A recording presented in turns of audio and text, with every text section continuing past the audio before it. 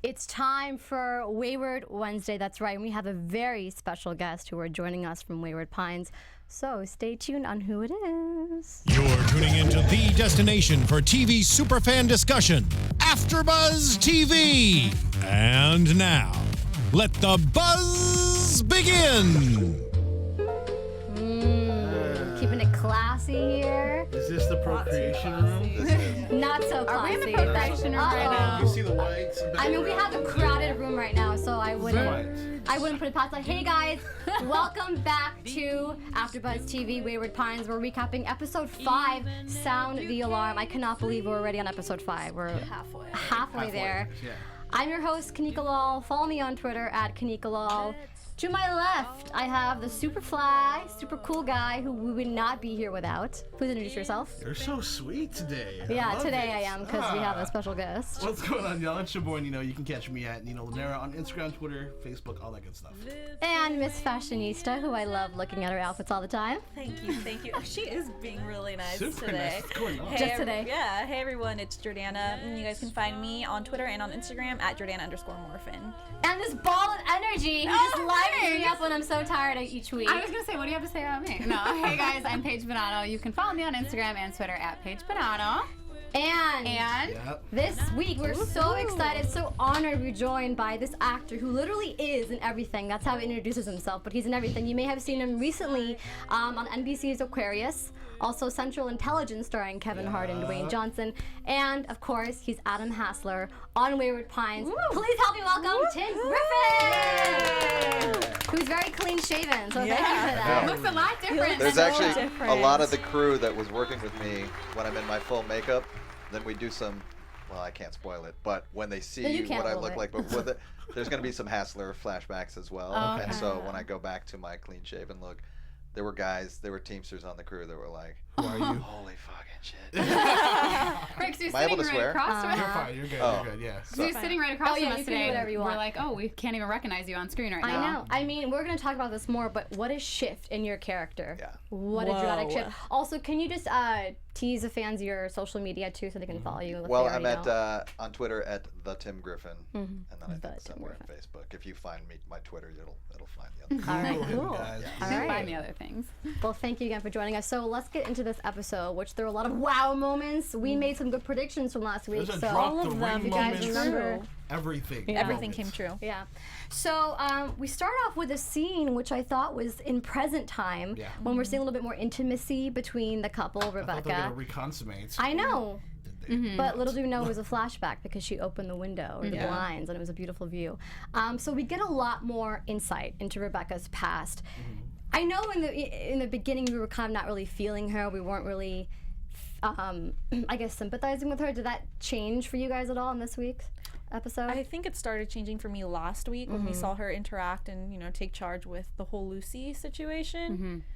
This week, I mean, I still like her, obviously. It's just, I like her. I think there's just more layers to her that we're slowly like unfolding Learning about. and learning about. The whole Lucy thing last week, I thought that was great. I thought that made her more human because we don't get to see too much into her. Right. But we kind of knew and we kind of like beat it around the bush that she has something to do with Wayward Pines we did. on such a literally large scale. Yeah, it made a little bit of a difference knowing that she did turn down the role. Instead of we just thought that she had all this to do with it, to do with the creation of Wayward Pines, like on her own, and she was keeping everything from Theo on purpose. But to know that she really turned it down and didn't want to be in that situation at first, kind of helped me. And that kind of goes to show you too. Remember, they keep on saying these volunteers.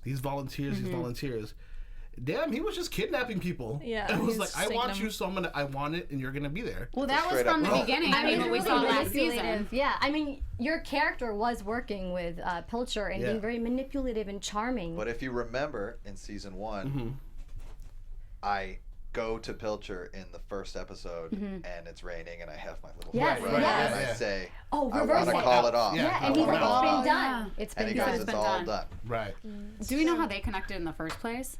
Did we ever get that Pilcher and backstory? Hassler? Is that There's yet not to really be much of found a out? backstory. I think we might find out. You might find We out. might. I mean, I feel like we still have to find out also what Pilcher sees in certain people and why he chooses them. Yeah. I mean, why he chose Ethan. Right. Why he chose Theo.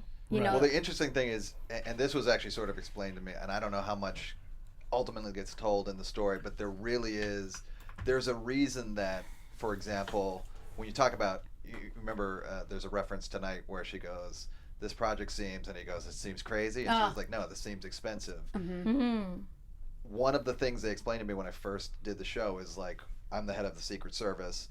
One of the Secret Service's actual jobs, everyone thinks it's just protecting the president. It's actually to monitor counterfeiting and all of that stuff. And you realize that's the reason that Carla Gugino's character is sent to Wayward Pines in the first place, and why I get involved is because they're sniffing too close. They're exposed. There's some counterfeit money going around. I don't know if that ever gets explained in the word, but I was like, why is the Secret Service? That's how you and Carla went there in the first place. That's why. And when I choose to send Ethan, it's a little bit like kill two birds with, because I might be complicit, but also might want to clear the road. Wow. That's why. I was like, you're such a hero. Too bad that didn't work out. Clear the road. Earlier when we were watching this, I was like, man, you're such a hero. This is awesome. And you're like, it's kind of a gray line. Yeah. And then like 10 minutes later, I was like, you are so okay. We were pretty shocked to find out that your intention was actually to kill off Ethan. Well, not kill him. Maybe just get him out of the way. Get him out of the way. But you realize that's what I love about the show is like Teresa. Everybody that you think you've got them pegged. You're you know, everybody is different shades of gray. And, and it's kind of like Game of Thrones. I'm a huge Game of Thrones fan. Anybody that watched Jaime Lannister in season 1 and watched where he is now, you realize that everything that Hassler is about now is atoning for this Judas-like betrayal that he perpetrated. And I think we say this all the time. The writers do such a good job with keeping you, like, you know how like characters just stay for the longest time within seasons past. They just keep on coming. They keep on coming back. They survive. Here, they're getting killed off left and right, and so you're interested in something new, and you want to come back as something new. They do such a good job, and like when we predict, it's either we really get it right or we just really get it wrong. Right. Well, everything that was supposed to happen to you season 1 is happening season 2, or at least the things that you talked about with. And and that was originally going to be woven into. I can't even tell you how many discussions there were about the finale that was ultimately shot. They had like 3 different finales, and in one of the finales, Hassler is the one that walks back in to the town. Really? Yeah, that's interesting. It was so, and a lot of the stuff that we're doing now was what we talked about in season 1, and we just ran out of there was just not enough bandwidth to tell all of these stories, but they had it in their back pocket. Wow. So I remember I got the call, and I was like. Were they thinking of a season 2 in advance? I mean, that must have been. We really did. I mean, when we went out and promoted it, that was sort of the like, listen, if you're a fan of Lost or if you're a fan of these shows, we're not going to make you wait the entirety of your existence. We will literally tell this story in 10 episodes, and then it was such a hit that they go, you know. Well, so they were more, and in the books, there's more. You know, there was stories like the Hassler story. I mean, Hassler's big in the books, and you know, as fans have pointed out to me, and that he's a nomad and he's like this ultimate survival, you know, guy, and it's really cool. I mean, you rarely get offered something that has that much of a turn. I know. So it's just such a, and you're right, the writers are from head of the fantastic. CIA to nomad living in the wilderness. A big shift there. Yeah, definitely. Not a lot of hygiene. Oh yeah, that hygiene. Literally, you were like DiCaprio from The Revenant. Yes. Yeah. We were joking, and those were the when I walked in. The inspiration pictures were Viggo Mortensen from The Road, The Revenant, you know, Brad Pitt, Legends of the Fall, and they were like, "Can we pull off this look?" They did. They did. And they really did. We couldn't even believe How much time do you need to get 2 that hours. look? 2 hours. 2 hours. Okay, so that's like longer than how same amount of time actually that we get ready. So now you know what a girl goes through in a different way. Let me tell you, because I'm normally on everything that I do, no matter what kind of shows, I'm in and out of that chair in 5 minutes. I'm sure. Me too. And it takes it to take it off too. Yeah. Right. I can't very good friends with the hair and makeup. I'm so antsy in hair and makeup. I'm like, are we done? Yeah. You just want to get through it. But yes, you're right. The ladies have.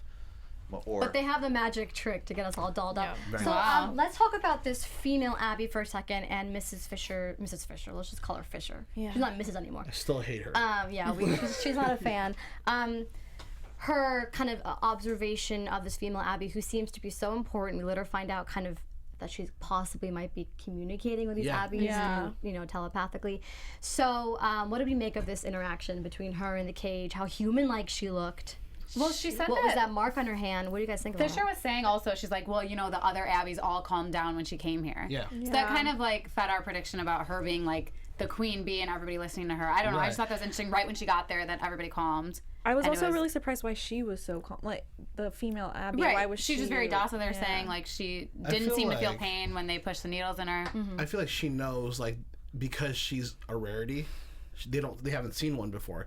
They can't obviously kill her and dissect her to figure it out. They want to see her living. I feel like she's smart enough to know that, and I feel that she's been there for quite some time, and she's kind of just been observing and trying to figure everything out as it comes along. And give notes to the outside Well, it world. doesn't seem like the other Abbies are like nearly as smart as the girl Abbie is. They're just more vicious. They're more violent. But like, do you think that they could just turn it off and relax like she is if they wanted to? You saw after they threw the fire later on, as we get to that area, she kind of just, was like, she was in her moment, and then they stopped and they were listening to her. Just like when a queen bee, starts off in the hive. She doesn't do any work. The worker bees do it. The male Abbies are the worker bees. And but she's they just are so like just chilling and just like she just seems so much more civilized than the almost. rest. Like she knows how to work the human. Well, she even knows the how way to trick she them. looks, though. You're not saying anything about this, are you? Look at you. I'm just Are there trying to more? get it out I'm of sure you. there's obviously more secrets about the Abbies because we all know they're evolved humans. Yes. Yeah. Because I know you said that the girl Abbies like are the key to everything. Yes. Do I say that? Yeah.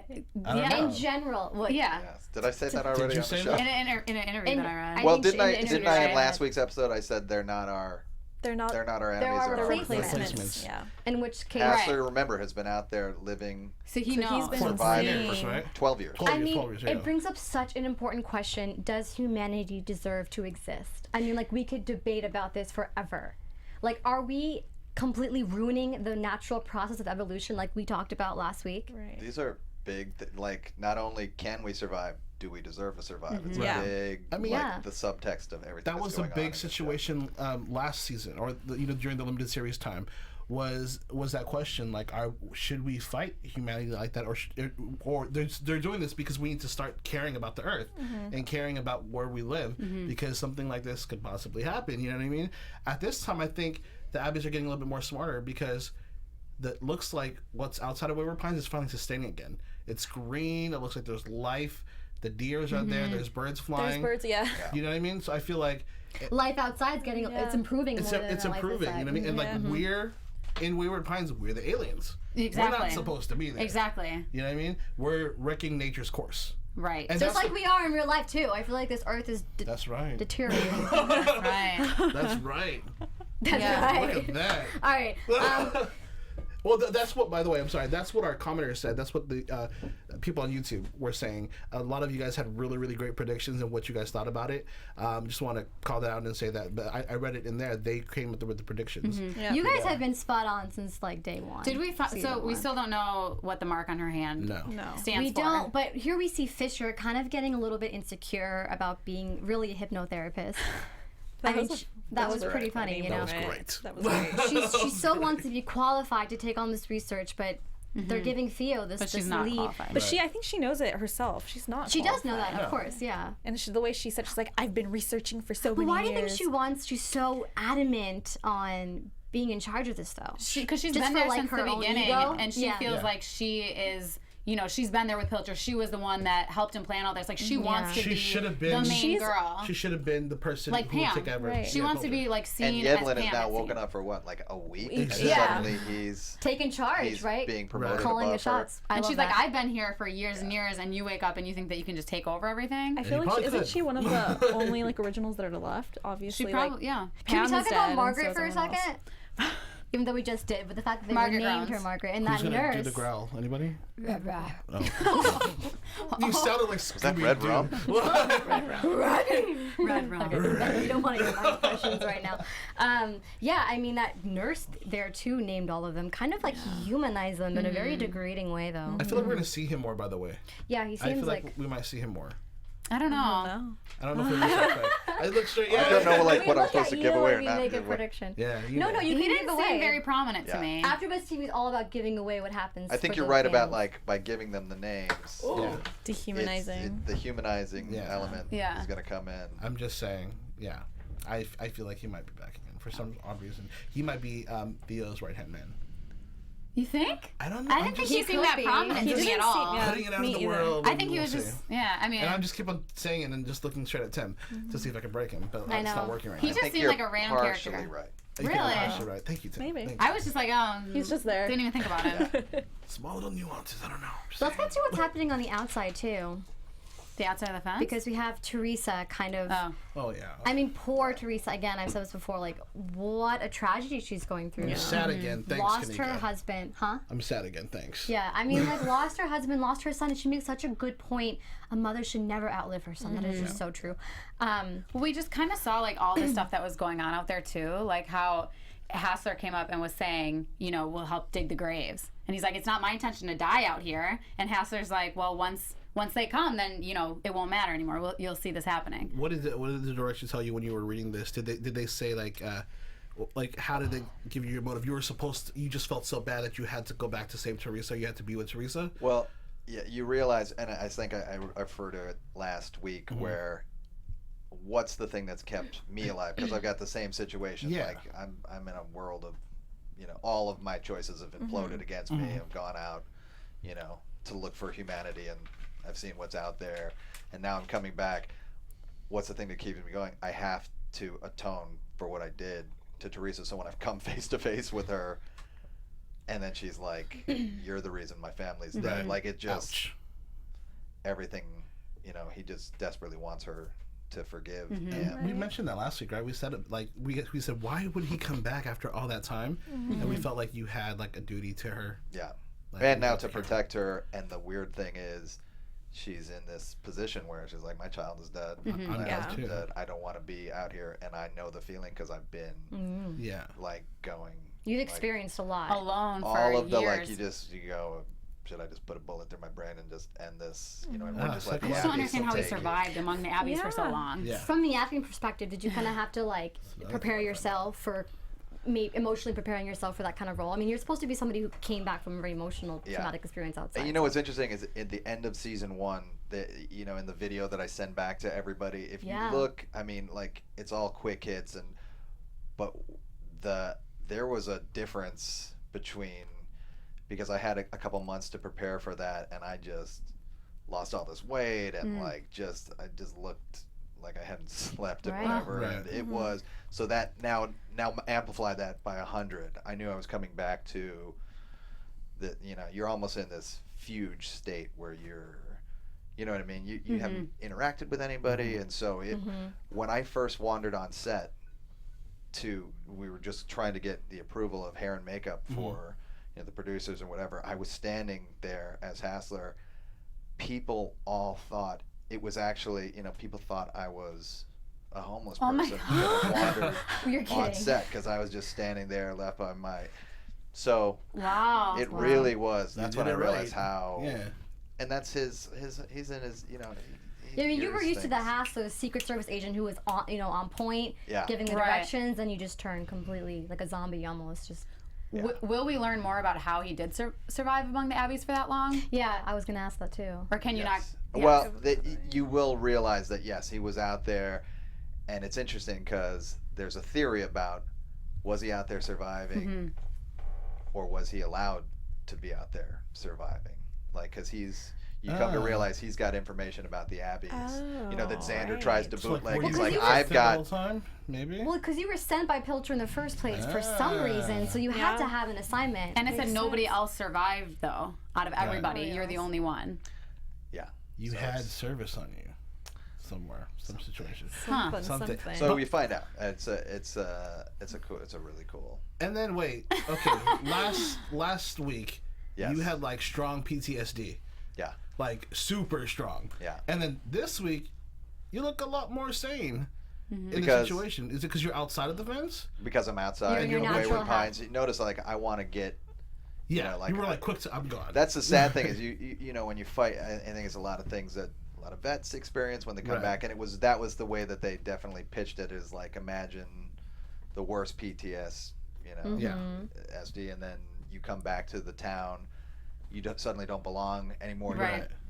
You know, just when I'm like wandering down the street, and I see all of these kids, because it's basically kids there now. It's like none of the people that that were there. Because those people died in the and that's it's sort of this tragic homecoming because you come back and you realize I'm not anybody. and the reason that your person that you were surviving for too rejects you. Right. You just want to get right back outside. Right. So really quick, confirming. So did Hassler have feelings for her, right?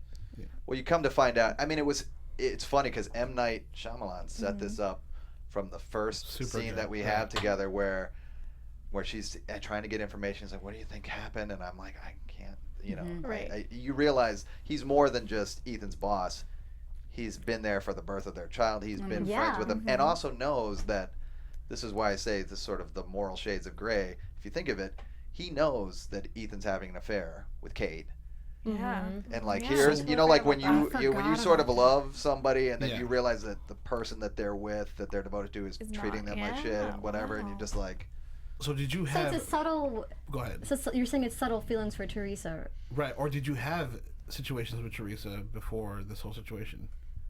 Do we find something like that? You're saying, did they like relate together? You find out about our history, but no. Okay. Like I think it's just something that he was in his wild, like maybe in his heart of hearts, if he was like. And you're like in Ethan, love with her from afar. And you're like, Ethan, you don't deserve this because exactly. With and Kate not only right that, now. like you want to go be with Kate. Here she is in Wayward Pines. Right. You guys have a happy life together. Wow. You'll just disappear because that's the whole thing that I say to her where I'm like, you weren't supposed to follow him. Right. His plans all go wrong because she followed him. And then suddenly, he's responsible for her and that's why he goes. So ironically, she's the one who Then why did they let her into Wayward Pines with Ben? No, because she was same thing. Like, they were getting too close to the truth. That's when I call back to Pilcher. I'm like, we got a problem. Yeah. And then Terrence Howard stops her car, and you realize like I'm going like I can't control her. She's like off the reservation, and she's coming to you. She's gonna find out about. Right. She's gonna blow the whole thing, and then she's too smart. She's so they have to take her. XYZ, take her now because she's gonna cause trouble. It'll cause more problems. Right. Yeah. And that basically signs my, like I'm suddenly like now I have to follow. Right. So it's like. Hassler gets everything, like he suffered for this decision. How is it working with Shannon, by the way? I mean, I'd love to know how you work Shannon. with M. Night, but you do a lot of teamwork with her, so I wonder how she's as a partner. And she was, it was so great. And the funny thing was, when you get a backhanded compliment where people go, this happened with a lot of the crew, or a lot of like some of my co-stars, they'd just be staring, they'd be like, God, this look for you is so great. And Shannon, she would just be like, I love, you just looking, I can just only see your eyes through your dirty hair, whatever. I'm like, exactly. Where she's like, don't get me wrong, you look great like this, but you should but at the same time, when somebody goes, oh, boy, they were trying to get around you like that all the time. They were trying to get you in that man bun, they were probably gonna try to give you some beard oil and. You would have been all good. Hey, everybody you loves Jon Snow for the same reason. Yeah. You'd have been all good. Well, let's swing back into the episode for a second and talk about the procreation room because that was a really interesting scene. And we did also predict correctly about Frank's. It was kind of out there, right? About what he's going through. Yeah. Because he doesn't really know but he it doesn't himself. know it. Yeah. So that room was so inviting to have sex, wasn't it? Well, it had pictures. It had that a game creepy board music, that Game Boy that looked like Chutes and Ladders or Snakes and Ladders. Yeah. Remember that board game? It was like go to kiss, go to touch. It looked like a picture of a sperm. Like it looked like how a baby was made by the pictures. You know what P is, right? Penetration. Okay. Procreation? Procreation. Okay. Penetration. So, procreation. So we see Frank and this, I forgot the character's name. Sorry. They're getting in bed, climbing in bed. Meadow Ashley, one of them. This is the second time trying. I wonder what the symbolism was for the all white. It definitely maybe purity or innocence until it gets taken away. Yeah. Well, with the letters on the board, Tim, you were saying that you guys were trying to figure it out on set, but you could not figure out what the letters were. They had it posted in the makeup trailer, so I've got 2 hours to stare at it. I'm looking at it and I go, what it like? And also it's established before I show up, so I'm like, what the hell? What the hell is this? And like, oh, this is the procreation map or the Kiss, whatever. Touch. I don't remember. And I was going through. I said, what the hell do these letters represent? And They're like, don't worry about They it. don't know. No, they don't know. The writers won't tell them what all of them are. I think you can figure out some of them, but We can figure out some of I them. think you're There's right. more I think this should be an hidden internet secrets. challenge to try to figure out you're what the right. hell There those you letters go. are. Tim called it. Challenge for you guys. Figure it out. I think we might have figured some of this And out. let us know. I think our viewers will be able to figure it out because they know all those. Listen, Yeah. guys, if you They saw the predict very letters, well. put it out in the comments. These are the letters K, T, S, L, P, C, C. Thank Is you that for the writing it order down. of the That letters is too? the order, yeah. So- Yeah, I K- want a screenshot of it. Yeah. K Is is it kiss. something about the shape or? K is kiss. T is What's touch. touch? What's the next one? S. Sex? Suck. Already? I don't know. Maybe. L, lick. Lick. What? P.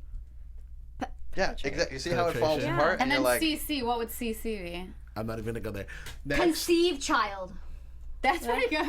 Conceived child. Your writers, you don't got us fooled. I don't know, but guys, do let us know what you think. copulate? I don't know. Conception or I don't know. Yeah. Consent. Yeah. Yeah. Yeah, conceive. See what I'm saying? conception. But it could be. But like what? could- this Yeah. becomes a Rorsch test for. So there you go. Interesting, actually. Alright, That is a lot trickier than. I Wayward just Pines hated the fan. picture of Pilcher on the board. Like you Yeah, had to like remind that. them. I don't want to see Pilcher while I'm, Obviously, having. and it's now that I'm thinking about it more. Frank kept saying it. He was like, "I need to follow the steps Right. of it." Right. He was didn't like, know couldn't the get past steps. K. Yeah. Yeah. He didn't Yeah, know. so he had a conversation with Theo, and he was like, "Can you give me some sort of pill or something it better, for me yeah. to get into it?" Because he wasn't into it, Well, poor thing. He didn't know why. And let's say, remember, he was like, maybe you're gay, and he was like, Well, the way Theo said it, maybe you're gay. Like he was so, So nonchalant. but- nonchalant about He it, didn't know. and Frank was like, "No, I'm the most ungay right now," because he thought it meant unhappy. Right. Because they would never even teach this to them in Wayward Pines. That's so what we nobody said would ever last even week. know what gay meant there. Right. Because it's not a thing And when you that can talk about a happen. utopian society, Exactly. It would not is have that. that's a little bit like the Hitler socialist Exactly. Yeah, genetic very, engineering. very You got to much get rid so. of all of the, Right. the And we deviants or the people that Right. don't serve a purpose. Right. And going that off don't of serve a that, purpose. So Frank, is that a real utopia? Utopia, exactly. Frank did say, if I don't follow this, they will kill me. Yeah. So, I mean, Right. it is literally a No, Nazi it's a society. militant society. You know what I mean? Where they want 12-year-olds Right. to reproduce. I mean, And it's poor Teen crazy. pregnancy. Poor I mean, Lucy when is we like, see that, it's I don't just- want to be a Right. mom. No. Going back to the broom, Yeah. when what's her name? I don't even know. Meadow or Ashley, Yeah. it's one of them, yeah. I found it a little weird though how she Meadow was Ashley. really Right. into the situation. She's like, fine, like you don't want to.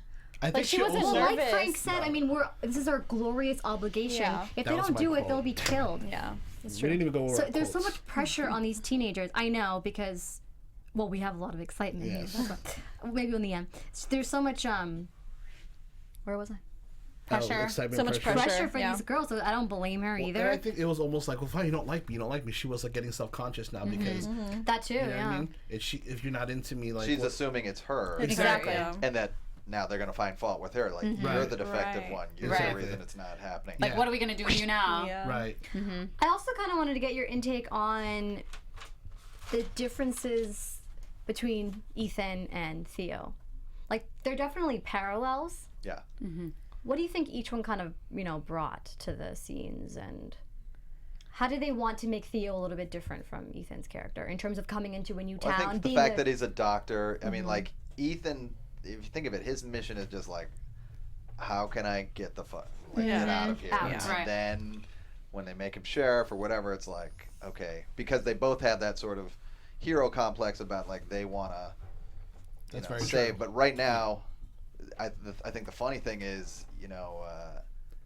Jason's character Theo has so much resentment about like, I'm here. What the hell's going on in this Right. this town being run? Like none of this makes sense, and Why so is he's Jason- been woken up to the reality of it. But he's definitely not on board with the way things are being run. But you'll see like.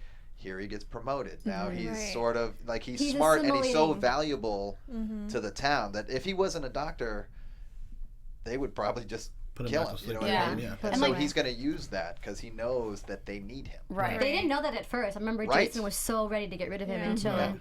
Well, because going off of that, like Ethan too was so adamant about just getting out of Wayward Right. Pines and just not listening to what anybody says.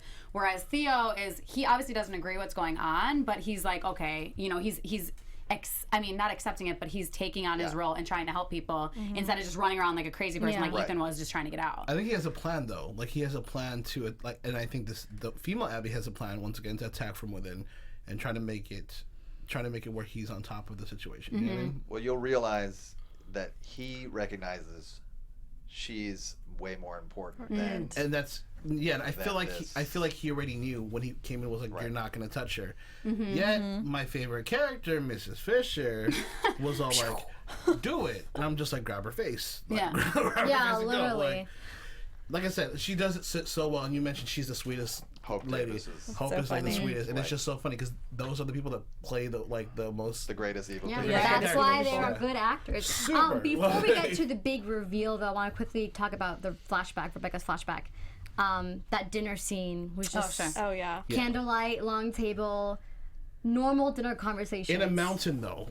It was already in the mountain. I mean, we see Rebecca find out the truth, and she didn't really know how to swallow it, and they were just so casual about it. And they were at first worried, thinking, is she going to be able to take this on? Yeah. Right. And then her and Theo had a conversation afterwards, but it was kind of rushed, and she didn't really explain. He didn't ask for any details he didn't ask anything. Yeah. So she completely she did not sign up for the project. I think he was thinking, so it was too good to be true.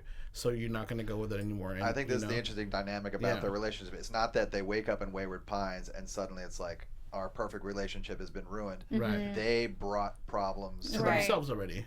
They were problems under the. Is he supportive of her career? Right. Da, da, da, da, and she look at Hawaii, how they were. And that causes this. You know what I mean? Like they have this tension already, and so now. Well, we find out that Rebecca and Xander. Another one, guys. Another prediction. Married though. And we saw that tension in last week's episode. So we all screamed when that happened. But she did say, she was trying to explain it to Theo. I was scared. I was alone. You weren't here. What was I supposed to do? We've been married for a year. She said, but we weren't together for the past 6 months. Was that because he wasn't outside the fence that long? No. No. But I think she knew that he was gonna have to be woken up, like within the next couple months. She was like, so I feel like she was preparing, preparing for. And plus, wasn't Xander like? Oh no, Xander was not in hiding. He wasn't in hiding. Also, Rebecca even said it herself. Like she told him directly. They paired us up. Yeah. And Xander said it too. Like season 1 when. That's when we see that people get paired up. When it's Kate not and her husband. Yeah. And actually, I don't know if she did know that Theo would ever be woken up. Right. I don't think she did. She did I say think it was more of like a last resort. I'm all alone. Right. I need to be with somebody. She's been there for 3 years. So then 2 years in, you kind of start moving on a little bit. She can't do anything about it. She probably thought he was never coming. This is it. Exactly. Right. Especially if you're that confused when you wake up and she realizes, oh my God, they put my plans to work. This is my town. I've created this. I don't want to be here. Oh my God, that's my name. Oh my God, it's 2,000 years later. Like, how would you react to that situation? You know what I mean? Yeah, right. So it's like, I need somebody to comfort me. So I get it. You know what I mean?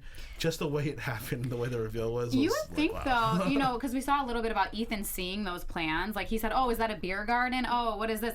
He's still Theo. What did I say? Interesting that you call him. Is it Ethan? Because we've been talking about him. That's why. That he hasn't picked up on. But he didn't. I mean, he said something about McGonagall. What? No. I didn't even hear it. But he said, "Oh, McGonagall's, that's the ice cream store." But he saw the plans. You would think he would pick up on it a little quicker that Rebecca made this. He was in his own world back then. He probably forgot Hospital too. calls. Like he saw even now. Well, I guess a little bit now. He's starting to question her.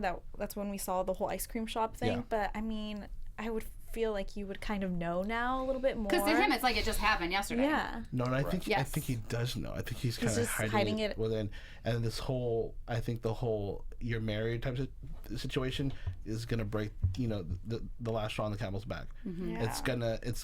He's gonna be concentrating on working with the Abbie, the town, but he's gonna take charge a little bit more because everyone else is on the outside. Yeah. But then I wonder, since Xander and Rebecca were paired up, once they woke Ethan up, they were just okay with her going back to Ethan. Freaking. I think it was they weren't together anymore. Yeah. Remember, they've been apart. They've been apart for 6 months. Okay. Theo hasn't been there that long. Otherwise, they would have probably been forced to stay together. Those rules are strict. I think the only reason why they were apart 6 months. I don't know if this is true. Like the only reason why they were apart 6 months was because they knew that Theo was going to come soon because they needed a doctor. Okay. So I think they needed to readjust. And have him come and readjust where it wasn't like all of a sudden like I'm here but my wife's not my wife. Right. It was one of those things where they had to ease it in for him. So they're like, okay, Xander, you guys have to break up now. For now. You know what I mean? Right, for her to, yeah. And then she was threatened by, what's homegirl's name? With Jason's like wife? Oh, Carrie. Carrie. Like she was threatened with Carrie's words, like how's everything at home? Right. Now it's the time you have to tell Theo. Sure. I keep calling him Ethan. I know, it's okay. It's because we've been talking You about miss it. him. It's okay. Before we get to the last scene, which is going to lead to some good predictions, the next episode, I don't even know it's going to be anymore. interesting to find out how Teresa is going to be on this journey, especially with Adam. If she ends up forgiving him, if they end up bonding, if she ends up dying out there, that's going to be interesting to see the whole dynamic. I feel like they're going to stay out there and something's going to happen because in the next scene, we see the Abbies attacking, and it implies that the female Abbie inside, we'll call her Margaret, I guess. That is her name. All of a What do you sudden- mean, I guess? No. Yeah. The Abbies just stop in the middle of the field, and we see, Margaret looking really... Talking. She's kind of in the zone as if she's talking to them She's sending out telepathically. a text message to her brain. So it's, I guess, probably an evolved tool that you acquire when you're advancing into some sort of different species. Crazy. Yeah. That is crazy. Well, Actually, we'll see not if that crazy, because sometimes I feel like people now can read my mind. No, I think they might have. I feel like there are already advanced Abbies out here in a different way. Yes, I'm going crazy, maybe, but maybe Wayward Pine. M. Night Shyamalan, you got it. You know You got it. You know the future.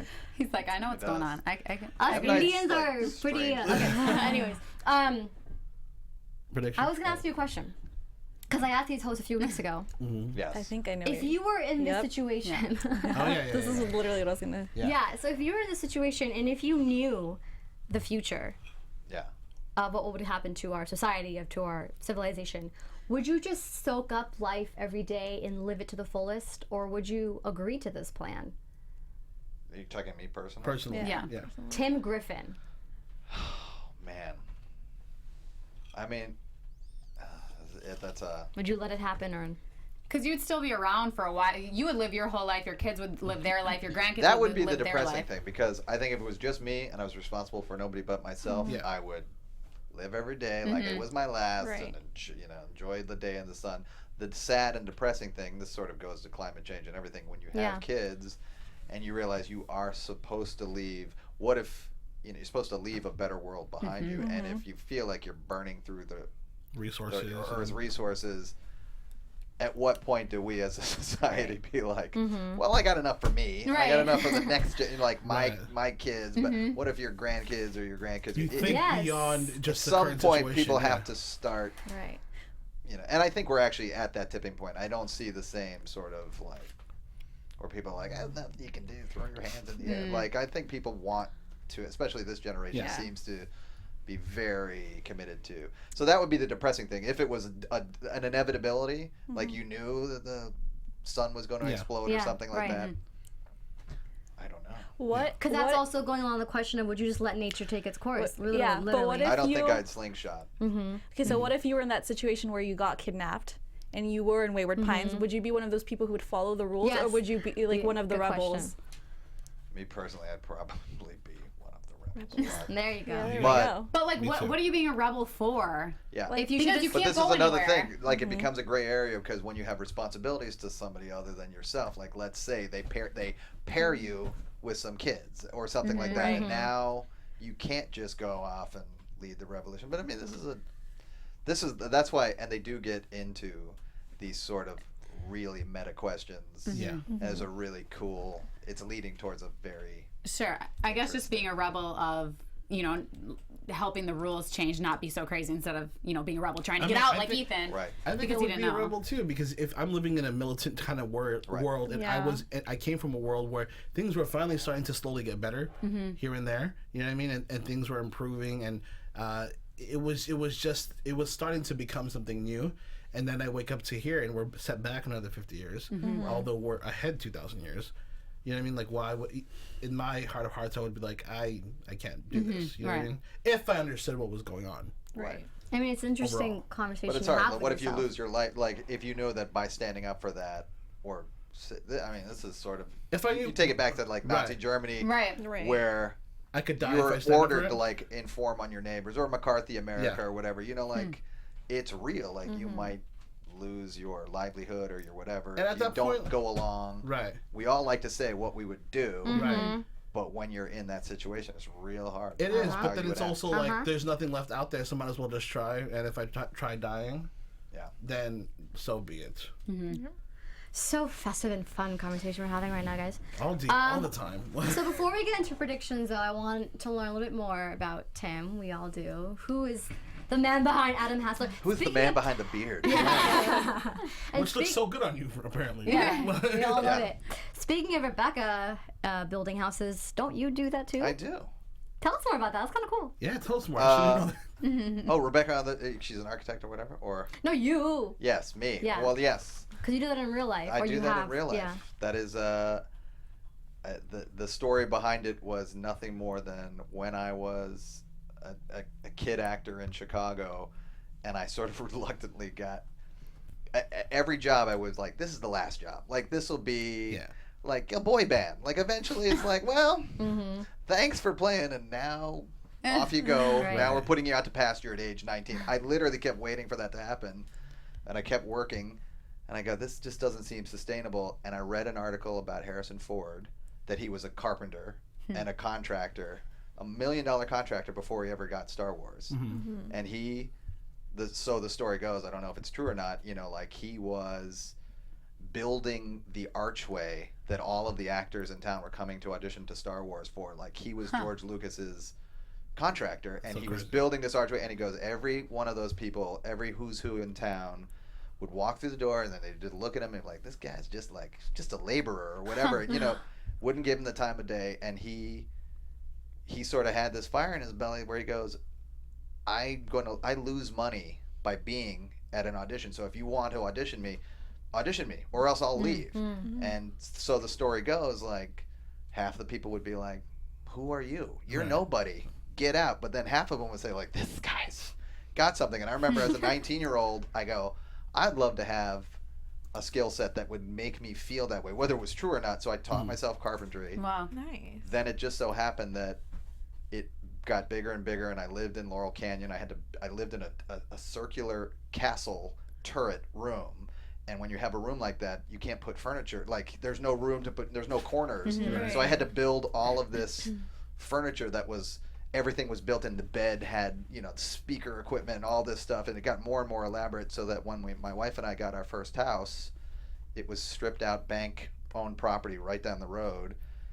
And I ended up building that house, she and I together, and now it's 17 houses later. Like awesome. The guy that mentored me as a contractor died, and his crew became my crew. Wow. That's And I crazy. still work with some of those guys today. So you do that. I do that while you're Wow. acting. In while between I'm acting. things. Like when we were doing, I have a house that I just finished now, and we were designing it. I have architectural plans like written on napkins that I would. Wow. That's crazy. Quick question about it. Do you have like a certain architect you completely inspire from, or what's your George style? Washington Smith. If you look up George Washington Smith, he does all of the. If you ever go to Santa Barbara and see some of the houses there, it's very like this great architect. He went over to Spain. So He it's was very like, look at all these Mediterranean. things. I love the Mediterranean style. That's my house at home back east. So Yeah, and it's like LA ruined it for a while, but like we do the old. It's funny because we've sold to a lot of actors, and people Oh, wow. have the houses in the magazines and all of that stuff. And pretty so we'll be cool. flipping Wow. through and we'll go, that's our Hey. kitchen. We built that kitchen. And I you love realize, that. That's great. You can channel your creativity through that. It is a so. great. I gotta say, it's a great compliment to acting, because acting is totally subjective, and you don't know if somebody might be like, "You're brilliant," and somebody else will go like, "God, that sucked." But carpentry Sure. is very exact. You measure twice, cut once, etc. There you go. That's great. I like to Wow. see some of your work too, Yeah. online or in magazines. It's out there, yeah. Okay. It's, I'll look it up. Everyone look it up. Also, your path as an actor. I mean, you're the son of a cardiologist. I'm the daughter of a cardiologist. So being in the entertainment field is very... pediatric cardiology or cardiology? Just a cardiologist. Pediatric cardiology. Just, yeah. Meaning like... I know. I mean, Just the cardiologist. And now my brother's a radiologist. He got a law wow. degree, and then he decided to be Wow. a doctor after the fact. So you can tell I'm really pulling my own weight yeah, right. You're with doing my just liberal fine. arts degree. You're doing just fine. Thank you. Because you moved Dad. out to LA when you were younger, and I Yeah. think you were kind of... Obviously, you can interrupt me if I'm wrong, but you were kind of unsure if this was going to last. And I think you booked some jobs, but then you went back to get your degree. I did. But then your car broke down. Okay, tell me all that fate, destiny, God. which I loved reading about. This is actually a true story. I feel sometimes like a reluctant, like like an idiot that just walks through life like Forrest Gump and like, here's what just happened for you. But I did make the choice. I came out, you know, I worked in spite of myself. I came out, I had this great experience in LA where I said, I'll go out to LA for 1 year. I turned down a scholarship to study English abroad. And I'm like, I'll come out to LA for 1 year. Had a great year, worked the entire year. And then I had all of my representatives and were like, great. Like, and I said, well, I'm going back to finish up my degree. And they were going, you can't leave. And it was but the thing that really changed my destiny is I was coming back from my freshman year in college and my car broke down outside of New York City. And I had made the choice at this point, this is actually before I went to LA, that I made the choice that I was going to give up acting. And my car broke down. I called back to Chicago and I said, I'm stuck in New York for 2 weeks. Is there anything you want me to do? And they're like, well, there's really no work. There's a writer's strike going on. So there was an after-school special that was casting. And because there was no work, it was only Lean on Me, starring Morgan Freeman. It was only jobs that were pre-approved. Right. So Lean on Me was one of the jobs shooting in New York. And the other was this after-school special that had Betty Buckley. If you look at this is probably one of the greatest after-school special casts. It had Betty Buckley from Cats as my mom. You had Kevin Corrigan from Everything as my best friend, Jane Addams as my sister, and like I ended up booking the lead in this thing. I was the only non-New Yorker, and I remember all of the actors who were, you know. What was this after-school special called? I think it's called Taking a Stand. Was this like a PBS? It was like ABC after-school special. Okay. It was based on a true story about racism. A kid witnesses somebody defacing. You know, a black family tries to move into a working class white neighborhood. They spray paint it and they ask the kid, you know, did you see anything? And it's a true story. And the kid goes, yeah, I saw that I know who did it. And he fingers somebody in the neighborhood. And then all of the white neighborhood turn against him and like pressure him to like, you know, he just da-da-da. And the kid didn't recant his story. And it ends up being, I think it won a daytime Emmy. Right? Wow. Yeah, you want to which sometimes you need. Head on your shoulder. Definitely. Yes. Sometimes you need that sign or something to happen for you to be like, no, that's you're meant to do this. Not that it's going to happen to you all the time. You have to work your ass off when you finally get that opportunity, but you did, and which is why you're sitting on the couch. And I did have that sort of Oprah moment where when I was filming, like I think the big tearful courtroom scene, I remember I was sitting in there and something just got channeled and whatever, and I remember after it happened, I was like, wow, like maybe this is what I'm supposed to be doing. It's the first time my mind ever really thought that, and that's what led me to LA. Wow, that's definitely had a huge Now I've ruined everybody's television and movie careers for the rest of my career. One last question before we get to predictions, because we're kind of in a rush. Sorry, I'm cutting you off right now. I'm really sorry, but we're kind of in a rush. But one last question, because I do want to know about your experience working with M. Night Shyamalan. I mean, he's such an amazing director, and the projects he's been behind. I mean, I think I read in an interview that he's different to work with, like, because he has such a specific vision, and he gets you guys all together in his house in Philadelphia, I think I read. Well, you that have those dinner meetings. was when I knew I was on like the high class job, because he handpicked all of us. He wanted to build like literally the most all-star cast he could. So everybody, if you look at everybody from the original season and from the season, they're all movie actors pretty much. And usually like number one on the call sheet. They're like movies or they're Oscar nominated. I mean, Toby Jones and Melissa Leo. You get all of this talent. Terrence Howard, and Matt Dillon, who never done television. Right. He came to each one of us, and he wanted people that were film actors. You know, so I was lucky enough to come in, and then he invited us out to his compound, which Pilcher. You could look it up on Architectural Digest. Like Pilcher, fed us fabulous dinners. He has. If you ever see the movie, I went out to the premiere for his The Visit, I think it was, with Grandma and Grandpa. They filmed that at his compound. That's where we rehearsed. Grandma and Grandpa's house out in the whatever. That's M. Night Shyamalan's little spoiler thing. But he was so great, and like you say, he was so prepared. I've never worked with a director who he knew shot for shot what he wanted to do, and he loves long tracking shots, like very Sixth Sense, cinematic, like right? very. So if he can capture it, so that first scene that Shannon and I ever did, where it sort of alludes to the fact that Hassler's, you know, when she walks away from him, he sort of looks longingly off at her. He did that all as a one shot. He had it pre-blocked before we ever even showed up. He goes, I want you to do this. He goes, make it your own. Feel it when you stop when you want to stop, but this is the way he, and that's the way it went. And I remember going to him like, do you need a close-up of anything to and he goes, He goes, I got it. He goes, I got it all. He's like, it's all in your face. Oh my God. Like, just the way you look at her, it's all there. So when you work with a director like that, yeah, that's awesome. So inspiring. He's amazing. Wow, I'm sure you've learned a lot from him. I want to work with you, M. Night. Yes. I'll get a set of predictions. Oh gosh. Okay, this is where we were so good last week that I feel tells us it all. Do you want me to do like the Joaquin Phoenix you should where I just go tell true? Oh, I love that actually. I'm just going to look straight at you when I get that question. Who wants to start? Who wants to be the lucky one to?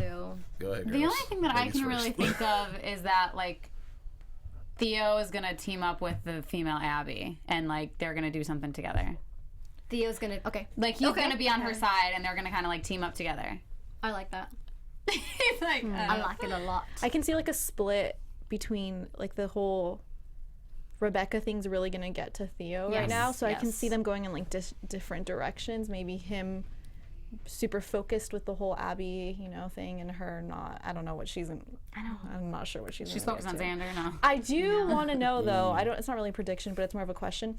The whole thing with Frank and about him being gay. I wonder if Theo is gonna bring that up at all to anybody else. Anybody else? Because maybe he's what if there's other kids going through the same thing right now too? Right. So. I don't know if Theo would though, because it could put him in danger. I think that's what he's getting to be in the position where he's gonna. I feel like he wants to start change. to lead. So here's my prediction. I think I'm looking straight at you, Tim. I think that Jason is gonna start to fold. Oh, poker face! Wait a minute now. So I think Jason's gonna crack, and Jason's gonna. Oh, hello. Okay, heard that. Jason's gonna crack, and I think he's gonna need some help. I think it's just going to be too much for him. We kind of saw that a little bit with Carrie. Like you need to be a leader. Exactly, like for the next episode or whatnot. But I think he's going to crack, and I think he's going to look to Theo for a little bit more help, because I think after the fact that he's taken over the research with the Abbies, that it's going to be a fight between him and Fisher. Yeah. Because of what Fisher did to that Abbie, there's going to be some sort of consequences to the situation, and I think that's what she was telepathically telling the Abbies. And I hope it's like tear her face off, but it's probably not going to be. Fisher's got to die by the I end have a feeling she might die in the next. I think she's going to die. I don't know about the next episode, but I can see the season finale. 2 episodes.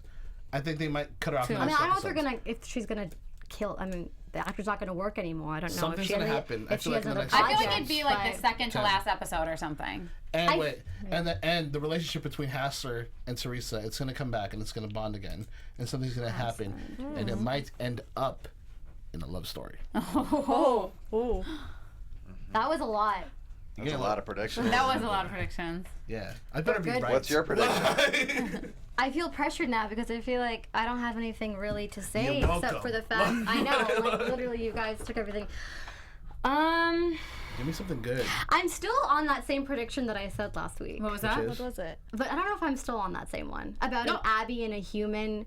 Oh, having a baby? Not having a baby, but having some more. They're gonna be like procreation number 10, like procreation room number 10. There's gonna be something there. I thought there was going to be a connection between a human and Abby, because remember we said about evolution is getting Theo and Margaret. It's not. They're not going to fall in love, but there's something I don't know discoverable. That's what I'm saying. Theo and Margaret are going to team up. If the female Abbie is so important in the Abbie world, and procreation is so important in the Wayward Pines world, that has to come together in some way. I don't think that they're going to do that, but I think that Margaret and Theo would team up. There's some sort of I don't think they're going to do that, but I don't know. There might be some sort of find out about the whole hand situation. Yeah, definitely. I think they're definitely connecting telepathically. I wonder if they're gonna open up the gay conversation. Okay, yeah, sure. Just do you remember the game was this way, huh? No, it was this. What do you mean? The game. The Abbie was like a circle. And the Abbie was a circle. Okay, never mind. Maybe it's like rules for her. Like, okay, I start here, then I start here, then I start. I'm just joking. I don't know. I'm going way too far with this. I will say you guys have some good ones. Very good predictions. Yeah. I won't tell you what your batting average is, but some of the things you said. Do I have very good predictions? Can we narrow it? What's exciting too is to know that so all the stuff that you guys are predicting, you're also going to get hit with stuff that we have like no idea. That's what it is every week. So great. That's what happens. Every week we're like, we have predictions that we got right, but then we also is a tribute to the writers and whatever. I know that they can keep us on our feet. suspense at all times. I'm tired. Wayward Wednesdays. Tim, do you want to add anything else to this discussion? We thank you so much for being here. I think Hassler is. I mean, you know, because you read all the scripts, right? You couldn't. You know what's so funny is a lot of actors, I'll sometimes try to, so I'm surprised. Yeah. I will only look at the stuff that I'm involved with so that when I watch it, but then I realized I was getting caught was because people would be like, "Can you believe?" No. And I need to be prepared. My heart can't take it. So Right. I need to know. Yeah, my heart still. Right. I'm tired now. I know. It's crazy. All right. Well, that wraps up our episode 5 recap of Wayward Pines on AfterBuzz TV. Again, thank you guys for joining. I hope you enjoyed this recap. Can everyone tell the viewers and the fans where they can follow you on social media? Let's start with you, Tim, actually. At the Tim Griffin. Yes. Perfect. Because I'm Simple. the Tim Griffin. At the. Yeah. There you go. The only. I'm Paige Bonanno. You guys can follow me on Twitter, Instagram, all social media at Paige Bonanno. And I'm Jordana Morfin, and you can follow me on Instagram and on Twitter at Jordana_Morfin. And once again, guys, it's your boy, and you know you can catch me at Nino Lanero on Instagram, Twitter, and Facebook. Talk to me. I'd love to know what you think about tonight. So smooth. Can never follow up You with boy, that. Nino. Thank you guys again. It's your host, Kanika Lal. Follow me everywhere on Twitter, Snapchat, YouTube. I also do Orange is the New Black if you're interested in that show. Pitching the other shows. Okay, go ahead. Yeah, you gotta do that plug. Are you the See one? you guys next week. Thank you so much. From executive producers Maria Menounos, Kevin Undergaro, Phil Svitek, and the entire AfterBuzz TV staff, we would like to thank you for listening to the AfterBuzz TV network. To watch or listen to other after shows and post comments or questions, be sure to visit AfterBuzzTV.com. I'm Sir Richard Wentworth, and this has been a presentation of AfterBuzz TV. Buzz you later. The views expressed herein are those of the hosts only and do not necessarily reflect the views of AfterBuzz TV or its owners or principals.